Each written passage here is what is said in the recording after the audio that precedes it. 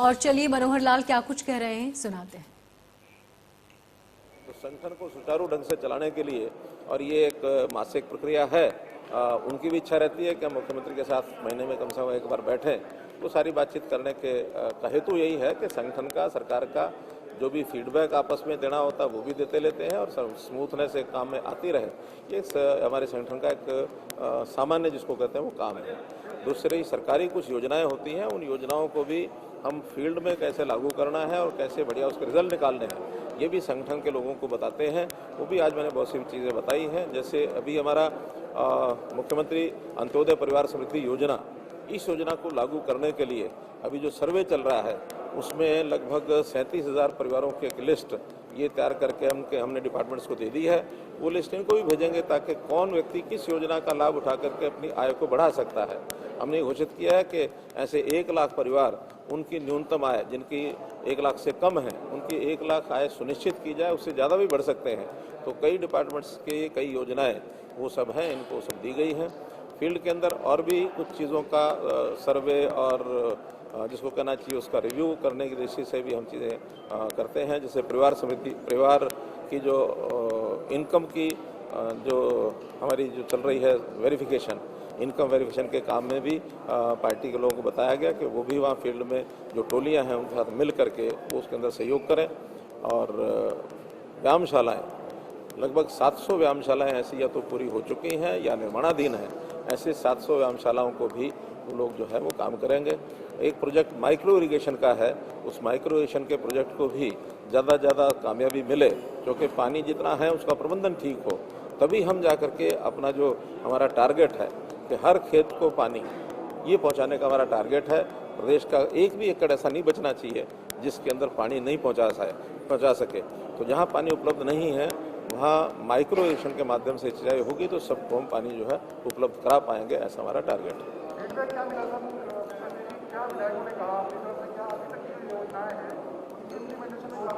बहुत सी योजनाएं जो है बहुत अच्छी योजनाएं नीचे चल रही हैं। जैसे स्वामित्व के बारे में जैसे बीच में आया विषय कि लाल डोरा समाप्ति के बाद जिनकी हमने रजिस्ट्रियाँ करके दी हैं, सारे लोग बहुत प्रसन्न हैं और एक प्रकार से पार्टी का, सरकार का वो धन्यवाद करते हैं।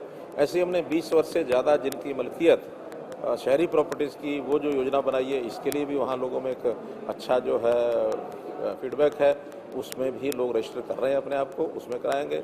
जो कॉलोनीज अभी अनऑथराइज थी उनको रेगुलर करने की जो हमारी स्कीम है उस पर भी लोगों की राय वो में मिली है कि बहुत फीडबैक अच्छा है। जो समस्याएं हैं उनको सबको समाधान करके हम एक एक करके आगे बढ़ा रहे हैं और उनमें सब में पार्टी अपना योगदान करे और पार्टी की जो भूमिका है वो सक्रिय हो, इस नाते से सारी चर्चा की गई। सर, किसान आंदोलन को लेकर, पंचायत चुनाव को लेकर कुछ सुझाव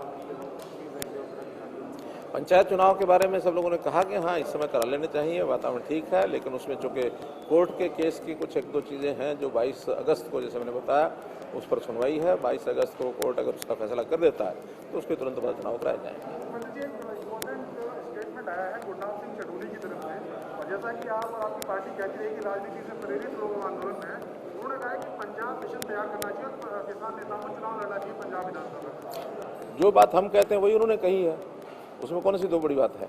आखिर वो ये कह रहे हैं कि पंजाब के लोगों को चुनाव लड़ना चाहिए, हम भी यही कह रहे हैं कि राजनीति है इसके पीछे, तो राजनीति से प्रेरित हो करके और वो इस अभियान को चलाए हुए, इस आंदोलन को चलाए हुए हैं। इस आंदोलन में किसानों की समस्याओं को लेकर के किसी प्रकार का कोई भी उनका सरोकार नहीं है और किसान तो आज भी इस नए कानून को अच्छा मानता है। आज इस विधायक दल की बैठक में भी कई विधायकों की ओर से विषय आया कि नए कानून यदि लागू होते हैं तो उसमें ये लाभ व्यापारियों को भी और किसानों को भी होने वाले हैं जिसकी किसान मांग कर रहे हैं। खास करके जैसे मंडी की मार्केट फीस है, मार्केट फीस बाहर जो सामान बिकता है आज पुराने कानून के हिसाब से तो उस पर भी मार्केट फीस लगेगी, लेकिन अगर नए कानून लागू होते हैं तो मंडी से बाहर कोई भी चीज़ बिक्री होती है उसका कोई पूछताछ नहीं होगी, उसका कोई फीस नहीं लगेगी।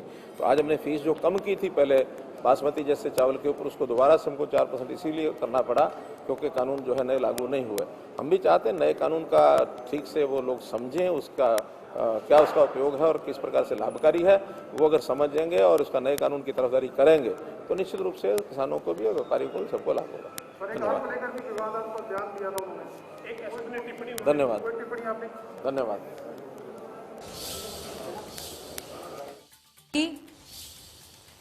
विधायक दल की बैठक के बाद सीएम ने प्रेस कॉन्फ्रेंस की, जिसमें 700 व्यायामशालाओं की बात की गई। इसके साथ ही सीएम ने योजनाओं को गिनाया। विधायक दल की बैठक के बाद सीएम की प्रेस कॉन्फ्रेंस हुई। इस प्रेस कॉन्फ्रेंस में उन्होंने कहा कि 700 व्यायामशालाओं का निर्माण करवाया गया है। कोर्ट की सुनवाई के बाद पंचायत चुनाव पर फैसला आएगा। इसके साथ ही उन्होंने कहा माइक्रो इरिगेशन के जरिए खेती का लक्ष्य रखा गया है ताकि हर खेत को पानी मिल सके। कोर्ट की सुनवाई के बाद पंचायत चुनाव पर फैसला होगा। उन्होंने कहा कि हर खेत तक पानी पहुंचे, यही हमारा लक्ष्य है। तो सीएम मनोहर लाल ने प्रेस कॉन्फ्रेंस कर ये सभी बातें की। उन्होंने अपनी योजनाओं का बखान किया। इसके साथ ही उन्होंने कहा कि कोर्ट की सुनवाई के बाद पंचायत चुनाव पर फैसला लिया जाएगा। माइक्रो इरिगेशन के जरिए खेती का लक्ष्य रखा गया है। इसके साथ ही उन्होंने कहा कि विधायक दल की बैठक के बाद प्रेस कॉन्फ्रेंस करते हुए कहा कि अंत्योदय परिवार योजना के तहत 37,000 परिवारों को राशन दिया जाए, 1 लाख परिवारों को लाभ मिले।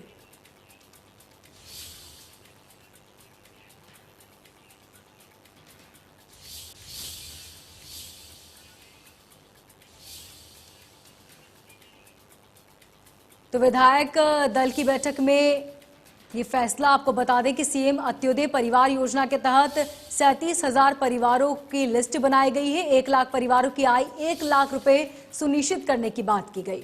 तो माइक्रो इरिगेशन के जरिए खेती का लक्ष्य रखा गया, ये कहना है सीएम का। आपको बता दें कि चंडीगढ़ में सीएम ने प्रेस कॉन्फ्रेंस के दौरान ये बातें कही।